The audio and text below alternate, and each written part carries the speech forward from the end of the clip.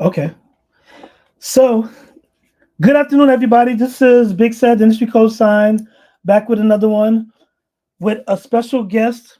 Some of you may know him, all of you should, but if you don't, you're about to. I'm going to introduce the romance dealer, Q Parker. Welcome to the Industry Cosign, Mr. Parker. M- Man, how are you? Thank you for taking this time out with me on this great Thanksgiving Eve. Trying Thank to get you this for mic. taking the time. There we go. Because I know you're busy. Because I mean, looking at your social media and just you're just a busy man, and I can appreciate a busy man. But Yeah, man. I'm gonna get into it because I know I have limited time with you, and I definitely want to get as much as we can, so that way Okay. we can both prepare for tomorrow or tonight, whenever whatever happens. So we're gonna talk about the current project that you have that was released on November 12th, if I'm correct. Evolution of 14. Romance. Oh, I'm sorry. Um, Evolution of Romance, Volume One. Now, Yes. this is your second solo album. I know you released the manual years Yes. ago because I have my notes. 2012. Yeah, 2012. So, right off the bat, what can people expect when they listen to the album? If you are a fan of romance, if you are a fan of when music just felt a certain way, if you are a fan of when music spoke to you in a way that it spoke to you and spoke for you, and just made you feel in love or desiring love or desiring passion and intimacy and romance, then this Evolution of Romance Volume 1 is for you. It was made specifically for you. I hope not me, but I get it. No, I'm just joking. Okay, so As well. no, yeah, I get it. I just meant you specifically to me, but I'm just anyway. Now because um basically being on an independent, you have it's your label.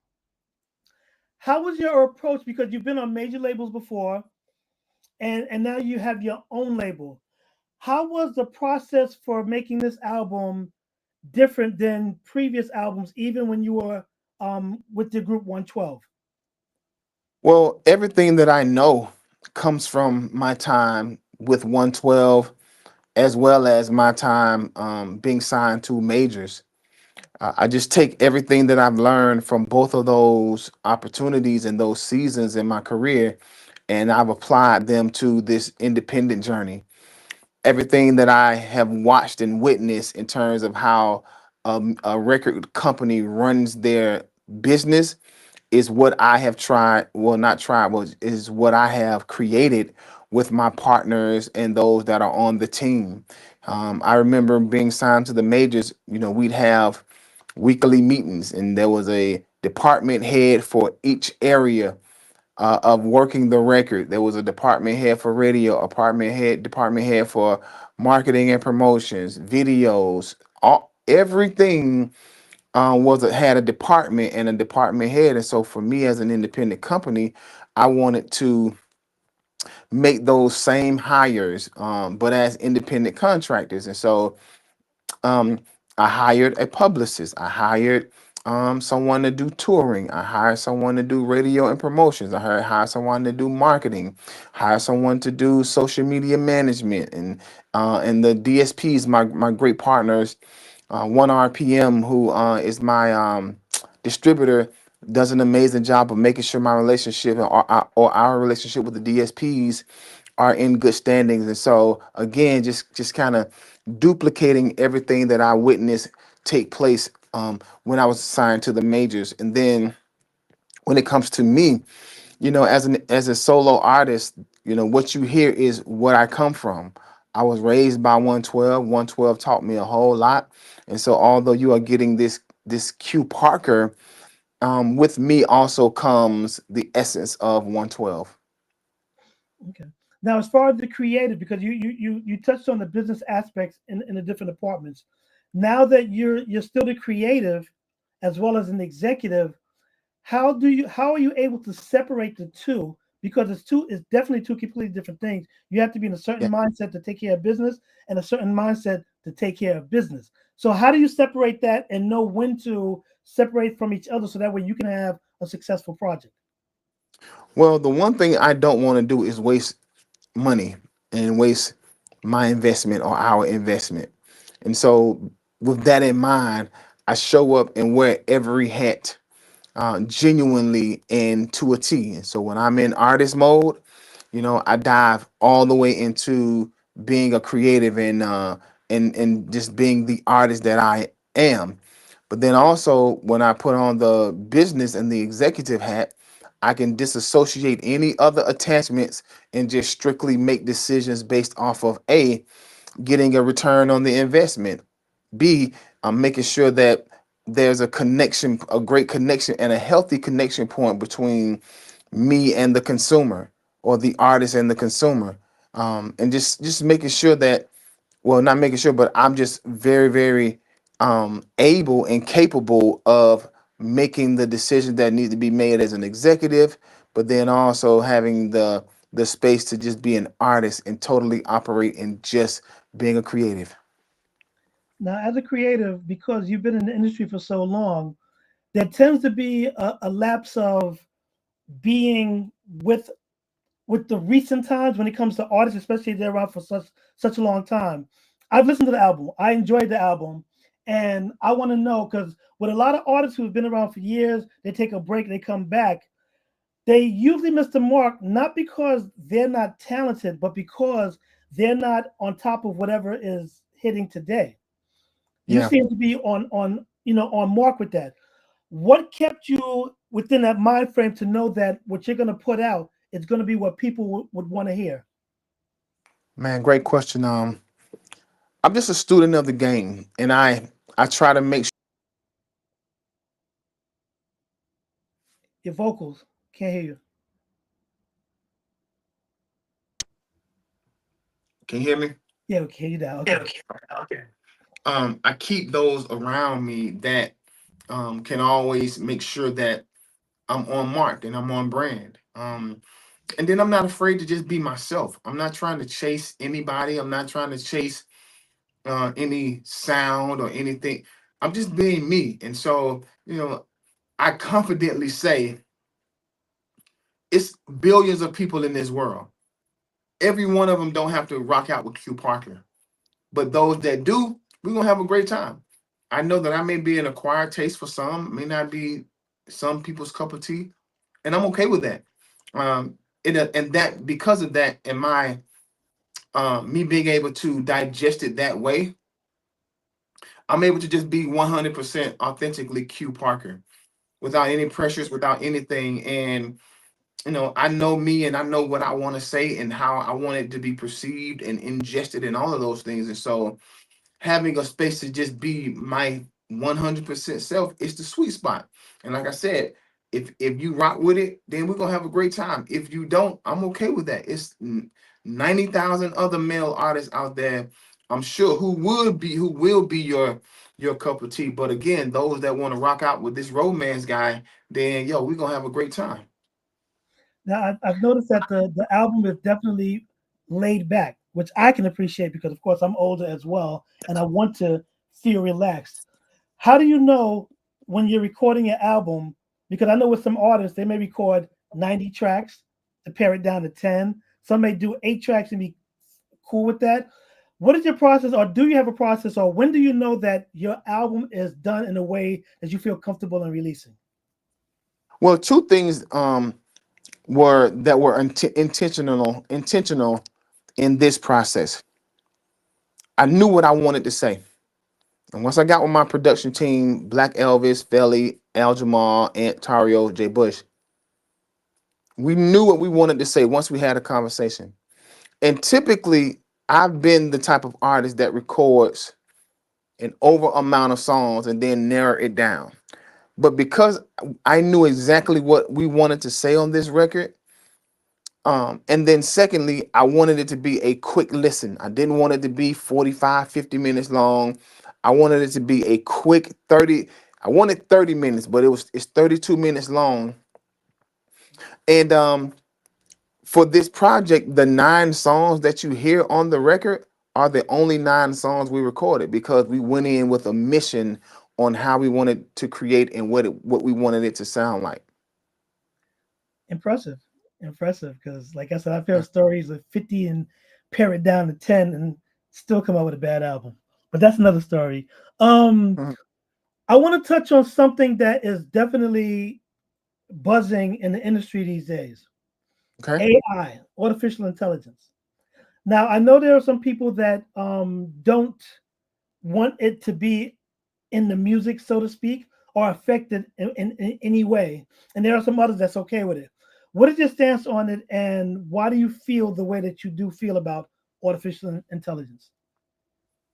Well, I'm a fan of technology, and and because I'm a fan, I understand that things grow, they expand, and as they're doing that, they become different from what we are accustomed to. And while I'm paying attention to technology, I'm equipped enough to eat the meat, spit the bone out. Only use it for what I need, only apply what I need, and so forth. And so because we're in 2025, AI is just something that's here. And we can learn to, use it to our best abilities. Where it becomes an issue with me is when, like recently we have these AI artists. Well, if you understand the systems, there are only so many positions that one could actually hold. And I don't like the fact that someone who is an AI artist is taking up a slot for somebody that really, really, really puts in the work, that's sweating and bleeding and staying up late nights and really going through the steps of creating these masterpieces and these compositions.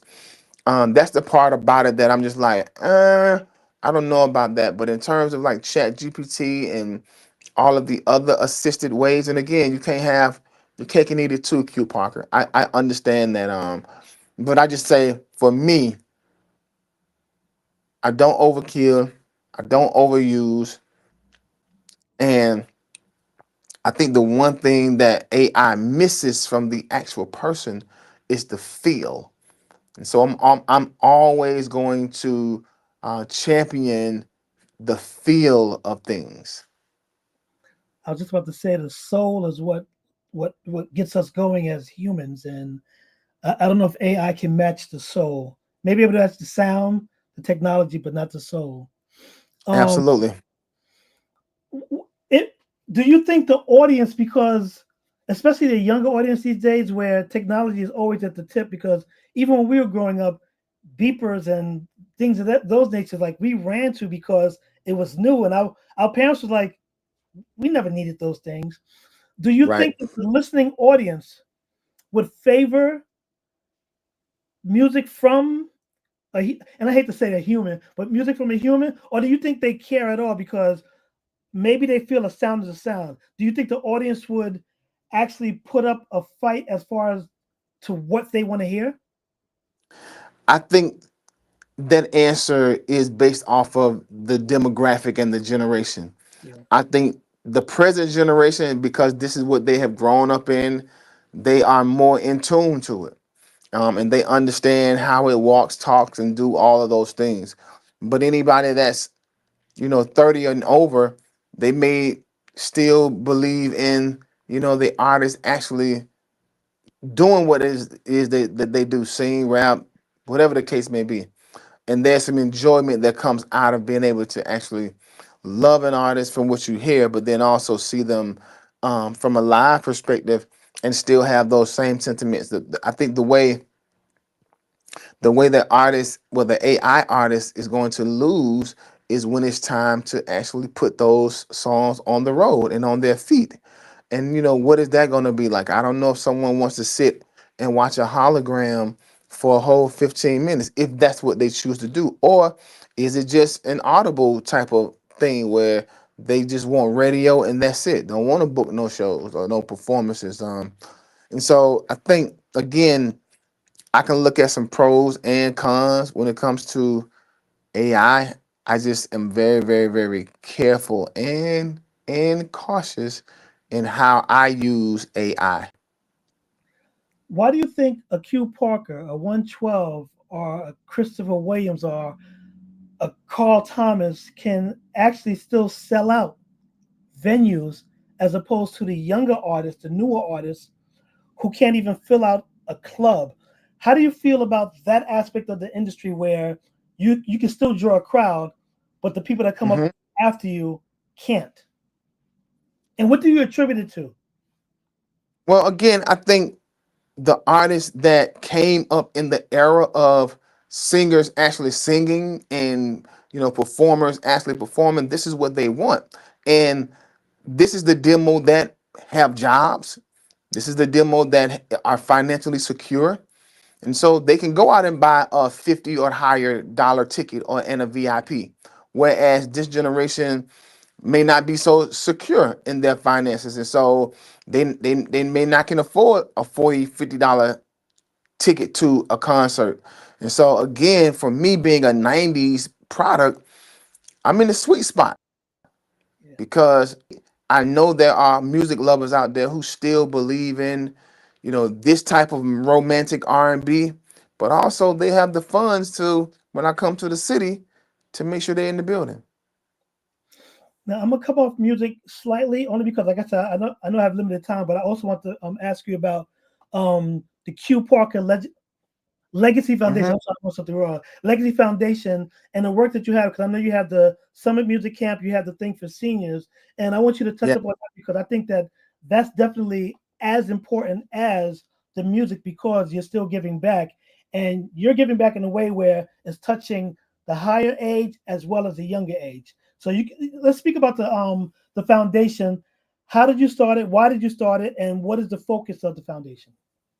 Yeah, so Q Parker Legacy Foundation was founded in 2016. Next year, we will be celebrating our 10-year anniversary. And Uh-oh, he froze. And he's gone. Ooh. Okay, well, let me see if give him some time to come back, hopefully, because this happens sometimes. And at least I get my questions together. I'm taking it. Wait. Okay. Hopefully he'll come back real quick, and then we'll continue. Connections happen sometimes. I know none of you want to hear me talk, so we'll wait for him to come back.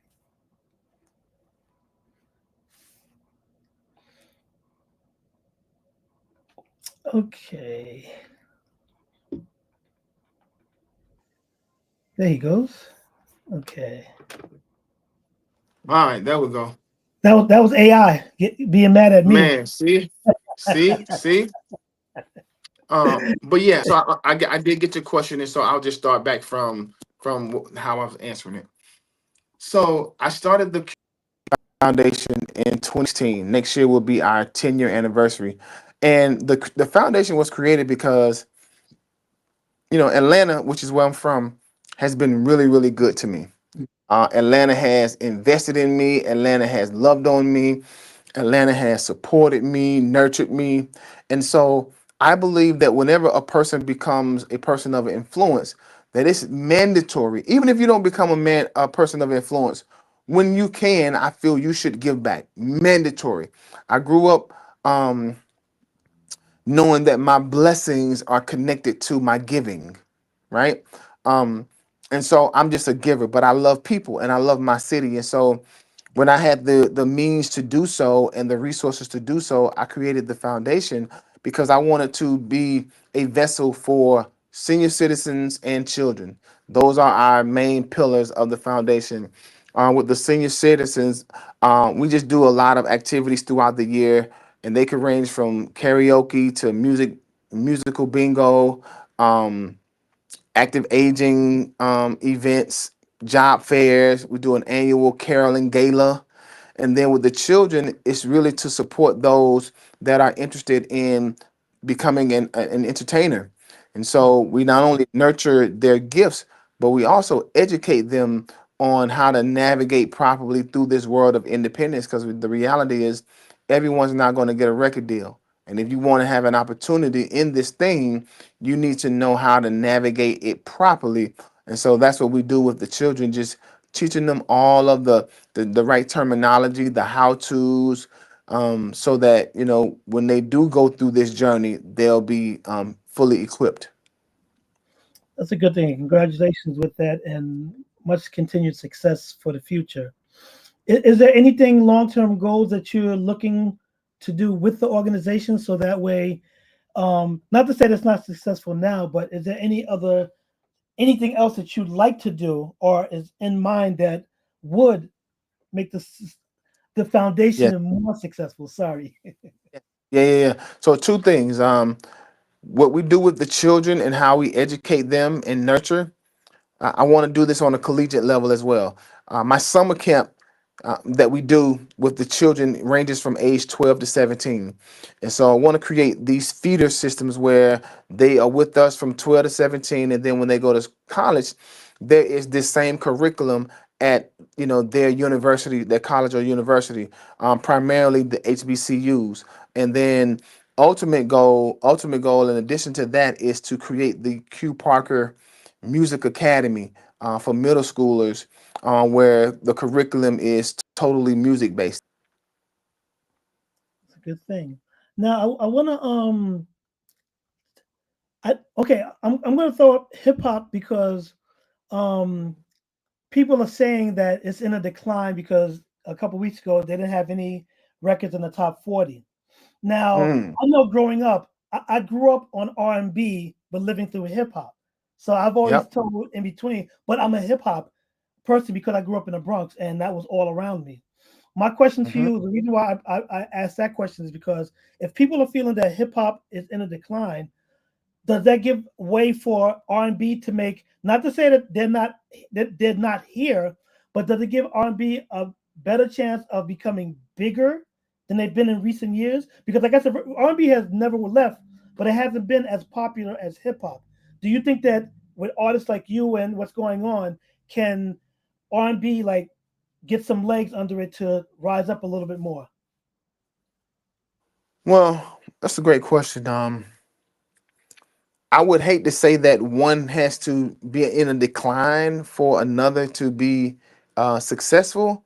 However, a lot of the reasons why R&B started to take a backseat was because of the surge of hip hop. Um, and That's why. so is it kind of just returning the favor? Maybe. I don't know.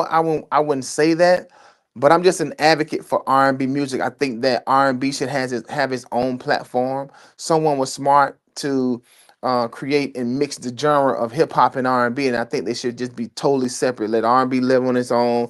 Let hip hop live on its own. And I think that there should just be specific places where R&B artists can be supported and discovered, and the same for hip hop. And I feel the same way.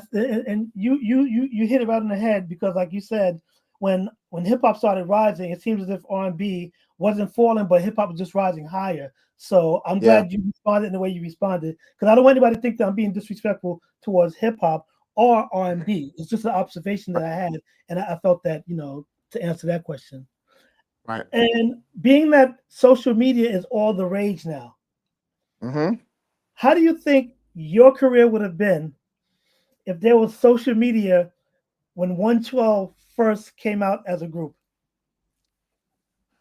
Well, that's hard to say because, man,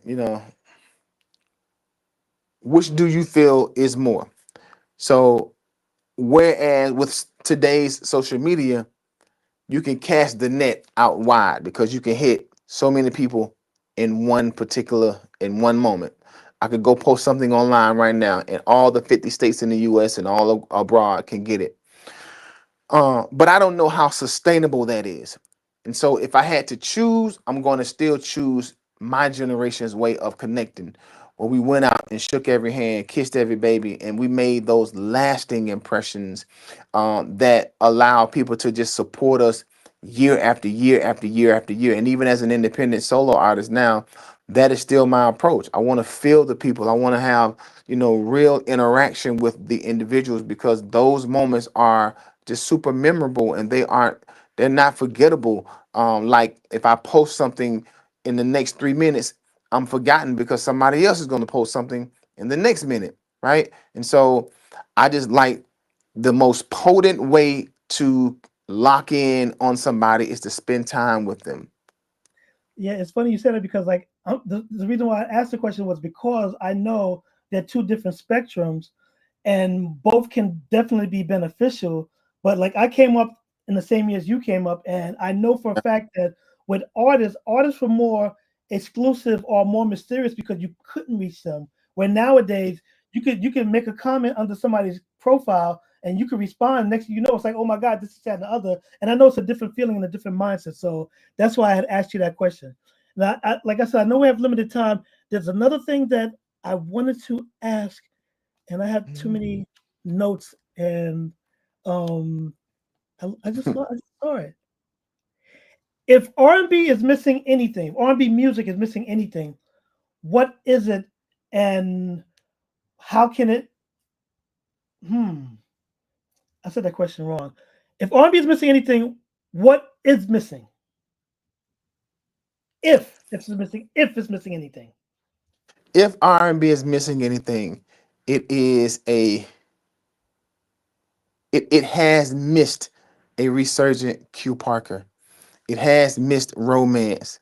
It has missed authentic R&B, not infused with hip hop, not infused with, but it has missed uh, the groundwork that our pioneers like Smokey Robinson and Marvin Gaye and Teddy Pendergrass, Babyface. It has missed the delicate delivery. It has missed romance. It has missed intimacy and intentionality and passion and soft spoken lyrics like melody, instrumentation, musicality. It has missed those things. And so honing in on that being an area for me, even if it has missed it, I'm here to deliver it. And speaking of delivery, I heard you had a great halftime performance recently. Yes. Um, I forgot the descriptions, but let's talk about that. Remarkable. Yeah, I saw our mutual friend is going to kill me, but yeah. So how was the performance, and where was it at? So I had the opportunity to perform at the Sixers game, the Philadelphia Sixers basketball game, and I had the opportunity to perform the national anthem. And I just look at every opportunity that I get to display my gift. I just gotta swing for the fences. I gotta just make it impactful, make it different. There's so many male artists out here. And then when you have something like the national anthem that has been sang a million times, how can you do it to make it different? And so I just studied all of what is arguably some of the greatest national anthems and just put my Q Parker flair on it. And so it was received well. I'm looking forward to doing it even more and just bringing my style of R&B to the national anthem. Now you recently had an album release party, and from my understanding, celebrity filled, packed. People were excited. People enjoyed it. Being away, because your last album was 13 years ago, Yeah, and I know that with some artists, it's definitely even a 2 year gap, they feel lost. How does yeah. it feel knowing that after being away for so long, but people still coming out to support you, coming out to hear, coming out to just witness it?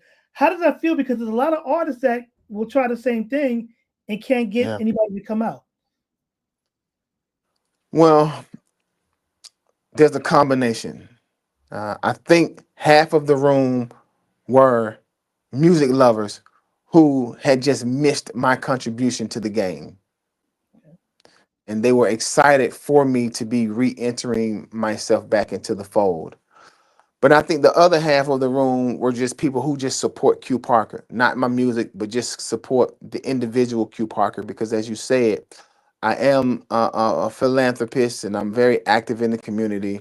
I give of my time, my resources to my peers and just anybody that I come in contact with. And I think that's the great measure of a man when people can just come out to celebrate you, especially when you are the one accustomed to doing the celebrating.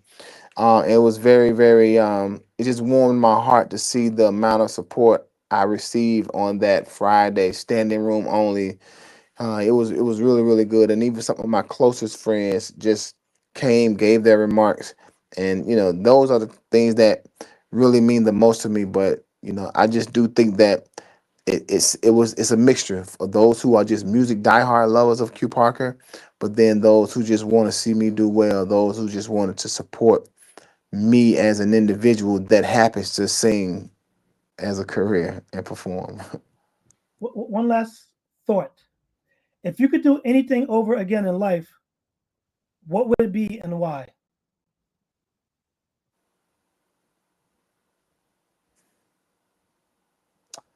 I don't know, man. I'm one of those where I don't look at things as a mistake or I wish I would have. I just embrace life for what it is. One thing we know is life gon' life. And that's not a positive or a negative. A lot of times when people say life be life, and it's normally around something negative happen. But life be life, and which is a positive too. And so for me, it's just keeping my antennas up so that when it's a learning experience, I do learn from it. When it's me having fun, I live in the moment and I just let my hair down and have fun. If it's me learning a lesson, I do my research and I just prepare myself to just try to make better decisions on the next time if it's something that is not favorable to me. And so I don't look at a what I wish I could have done, but it is me learning from those times that weren't a success, or they were looked at as an opportunity to learn. I just keep those really, really close to me so that going forward, which is the operative word, going forward, uh, I won't fall by the same rock continuously. Well, I'd like to say thank you for your time. I appreciate the time you took to do this. Good luck Yeah, with the thank. album. Good luck with the foundation. Good luck with any and everything that you touch and think about. Is there any way for anybody that's watching this now that wants to like follow you on social media? How can they find you? Absolutely. I am at Q Parker 112 across the platforms, and the official website is itsqparker.com. Cool. Oh, any tours coming up? Shows? Yeah, we're in the making, so I'm doing a lot of spot dates. I'm but in the planning phases of solidifying some consistent touring and some tour dates. And so again, lock into my socials as well as the official website so you can keep tabs on my whereabouts. Okay. And thank you once again. And enjoy the holiday, enjoy the new year, and just Thank enjoy you. life, which I'm sure you always do anyway. But thanks for your time, your words, and um, we'll see each other somewhere, somehow, having fun. To Absolutely, everyone else, man. go ahead. Man. To everyone All else right. who stayed into the last part, thank you. Big Set, Industry Co-Sign. Once again, thanking Q Parker. Go pick up his album, Evolution of Romance Volume 1. I guess if it's Volume 1, we should be expecting a Volume 2. But Yes. pick up the first one And so that about way four more. there can be a second one. So once again, thanks once again. And everyone watching, enjoy the holidays. If you're watching this after the holidays, I hope you had a good holiday. Until the next time, peace. Yes, sir.